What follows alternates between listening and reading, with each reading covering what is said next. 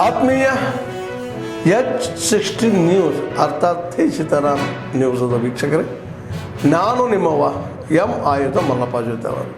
ತಾವು ಈಗ ಸುದ್ದಿಗಳ ಲೋಕಕ್ಕೆ ಎಂಟ್ರಿ ಹೊಡಿತಾ ಇದ್ದೀರಿ. ಈ ಸುದ್ದಿಗಳನ್ನು ಪ್ರತಿಯೊಂದು ನೋಡೋ ಜೊತೆಗೆ ನಿಮ್ಮ ಅಭಿಪ್ರಾಯಗಳನ್ನು ಹೊಸ್ತಾ ಇರಿ. ಯಾಕಂದರೆ ಈ ಸುದ್ದಿಗಳು ನಿಮಗಾಗಿ, ನಿಮ್ಮ ಬದುಕಿಗಾಗಿ, ನಿಮ್ಮ ವೈಚಾರಿಕೆಗಾಗಿ, ನಿಮ್ಮ ತಿಳುವಳಿಕೆಗಾಗಿಯೂ ನಿಮಗೂ ಗೊತ್ತು. ಜೊತೆಗೆ ನಮಗೂ ನಿಮ್ಮೊಂದಿಗೆ ಇದೊಂದು ಮಾತಾಡುವಂಥ ಜೊತೆಗೆ ಸುದ್ದಿಗಳನ್ನು ಬಿಡುವಂಥ ಕೆಲಸ. ಈ ಕೆಲಸದಲ್ಲಿ ನಾವು ನಿಮ್ಮೊಂದಿಗಿದ್ದೀವಿ ಅಂತ ಹೇಳ್ತಾ ನೋಡ್ತಾ ಇರಿ सुद्दीಗಳನ್ನು. आजचा कार्यक्रम सगळ्या पेपरमध्ये आज बंदी आहे. घरात बाहेर पडू नका. एवढं सगळं असताना सुद्धा आपण आलात आणि डिपार्टमेंटवाले आमच्यावरती इतकं प्रेम आहे. आज सकाळीपर्यंत काही काम करायला दिलं नाहीत आम्हाला.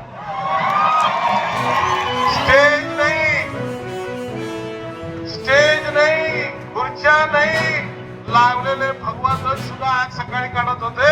तर तुमच्या शक्तीमुळे आज इथं भगवा ध्वज राहिलेला आहे.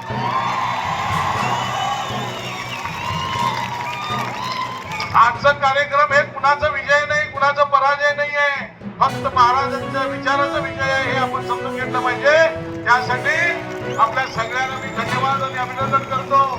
आणि गेल्या 50 वर्षाच्या अगोदर ज्या अनवळवासियांचे पंच होते त्या पंचांनी या भागामध्ये संभाजी राजांचे पुतळे स्थापना झालं पाहिजे, मूर्ती स्थापना झाली पाहिजे म्हणून त्यांनी ठराव पास केले. खरं म्हणजे हा श्रेय त्यांना जातोय, आम्हाला कुणाला सांगतो.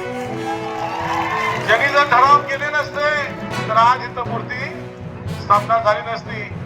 भारत माता की बोलो, भारत माता की बोलो, छत्रपती शिवाजी महाराज की बोलो, धर्मवीर छत्रपती संभाजी महाराज की.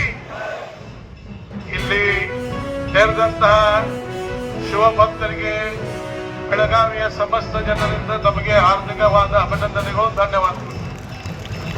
आज आपलं सौभाग्य आहे की आज छत्रपती धर्मवीर संभाजी महाराजांचा जो पुतळ्याचा अनावरण सोहळा महाराजांच्या 13 वर्ष आज आम्हाला लाभलेला आहे शिवेंद्रराजे भोसलेंच्या माध्यमातून.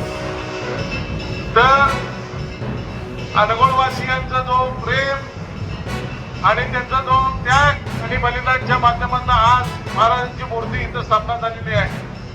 तर त्यासाठी संपूर्ण बेळगावकरांच्या वतीनं अनगोळकरांचा मी अभिनंदन आणि धन्यवाद करू इच्छितो. ಸಂಭಾಜಿ ಮಹಾರಾಜ್ ಅವರ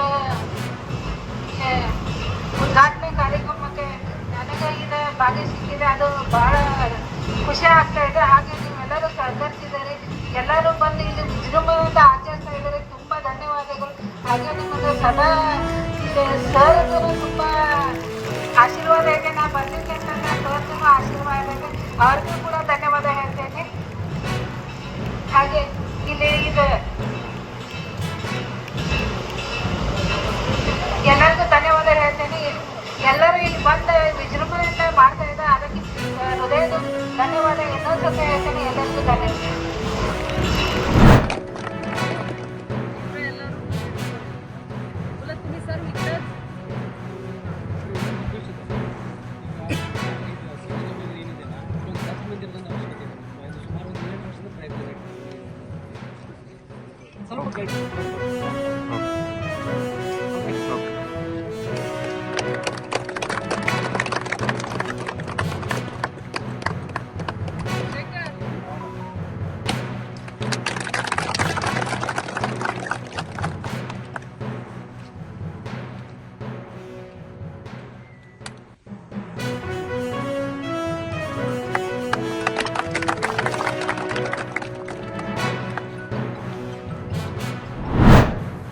ಆತ್ಮೀಯರೇ, ಎಲ್ಲ ಸುದ್ದಿಗಳನ್ನು ನೋಡಿದ್ರಲ್ಲ, ಏನು ಅನಿಸ್ತು ನಿಮಗೆ?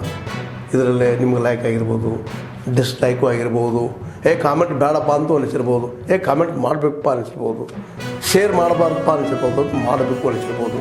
ಏನಾದರೂ ಆಗಲಿ ಶೇರ್ ಮಾಡ್ತಾಯಿರಿ, ಈ ನ್ಯೂಸ್ಗಳನ್ನ ಹಂಚ್ತಾ ಇರಿ, ಜೊತೆಗೆ ಇದಕ್ಕೆ ಸಬ್ಸ್ಕ್ರೈಬ್ ಆಗ್ತಾಯಿರಿ ಅಂತ ಹೇಳ್ತಾ H16 ನ್ಯೂಸ್ ಅರ್ಥಾತ್ ಸೀತಾರಾಮ್, ಇದು ಸತ್ಯದ ಕೈಗೆ ನಡಿ. ವಂದನೆಗಳು.